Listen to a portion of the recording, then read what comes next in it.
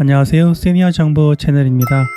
우리나라의 노령화 속도가 전 세계에서 제일 빠르다고 하는데요. 이에 따라 100세 시대를 살아야 하는 우리들이 노후의 빈곤에 빠지지 않도록 미리 대비해보자는 생각으로 빈곤에 빠지는 유형 5가지 사례를 같이 한번 알아보도록 하겠습니다. 노후 빈곤에 빠지는 첫 번째 사례입니다. 바로 건강 관련 비용 때문입니다. 중대 질병인 암은 노령 인구의 30% 정도가 걸릴 정도로 흔한 질병입니다. 부부 중 한 명이라도 암에 걸리게 되면 수술비, 치료비로 목돈이 계속 나가면서 모아놓은 자금이나 자산을 줄이게 됩니다. 그나마 암보험이라도 들었으면 조금은 낫겠지만 암에 한번 걸리게 되면 지속적으로 목돈이 나가게 됩니다. 암뿐만이 아니라 고령 인구 대부분이 만성 질환을 갖고 있습니다. 대부분 약을 달고 살면서 약의 개수도 상당합니다. 이렇듯 고령층의 질병으로 인해서 의료비 부담이 매우 크게 됩니다. 물론 보통의 질병은 국민건강보험으로 커버가 되지만 자부담도 있으니 부담이 될 수밖에 없습니다. 빈곤층으로 전락하는 사람 가운데 암 등의 중대 질병으로 인한 경우가 가장 많습니다. 노후 빈곤에 빠지는 두 번째 사례입니다. 무리하게 위험 자산에 투자해서 큰 손실을 보는 경우입니다. 물론 주식 시황이 좋아서 운 좋게 수익이 나는 경우도 있을 수 있겠지만 거의 주식이라는 위험 자산은 시황이 좋아도 손실을 보는 경우가 많고 또 운 좋게 수익을 보았다 하더라도 결국 큰 손실로 마무리되는 경우가 많습니다. 위험 자산인 주식은 상장 폐지나 부실한 기업을 매매할 경우에 큰 자금 손실을 단번에 당하게 될 수도 있습니다. 노후 빈곤에 빠지는 세 번째 사례입니다. 바로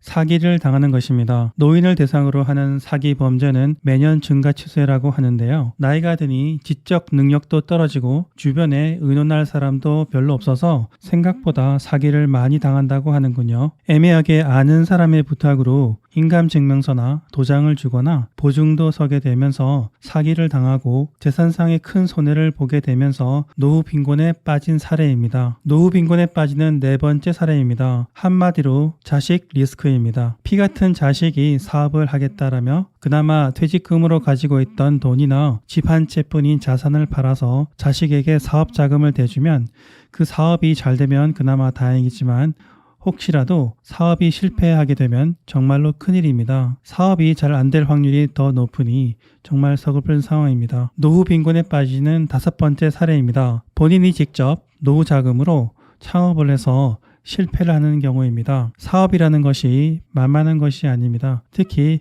나이 들어서 하는 창업은 젊었을 때 하는 것보다 몇 배는 힘이 듭니다. 창업을 해서 성공하는 확률이 너무 낮고 창업한 지 30% 이상은 3년 내에 폐업을 결정한다고 하는군요. 이상 노후 빈곤에 빠질 수 있는 사례 5가지를 말씀드렸습니다. 참고가 되셨기를 바랍니다. 이상 시니어 정보 채널이었습니다.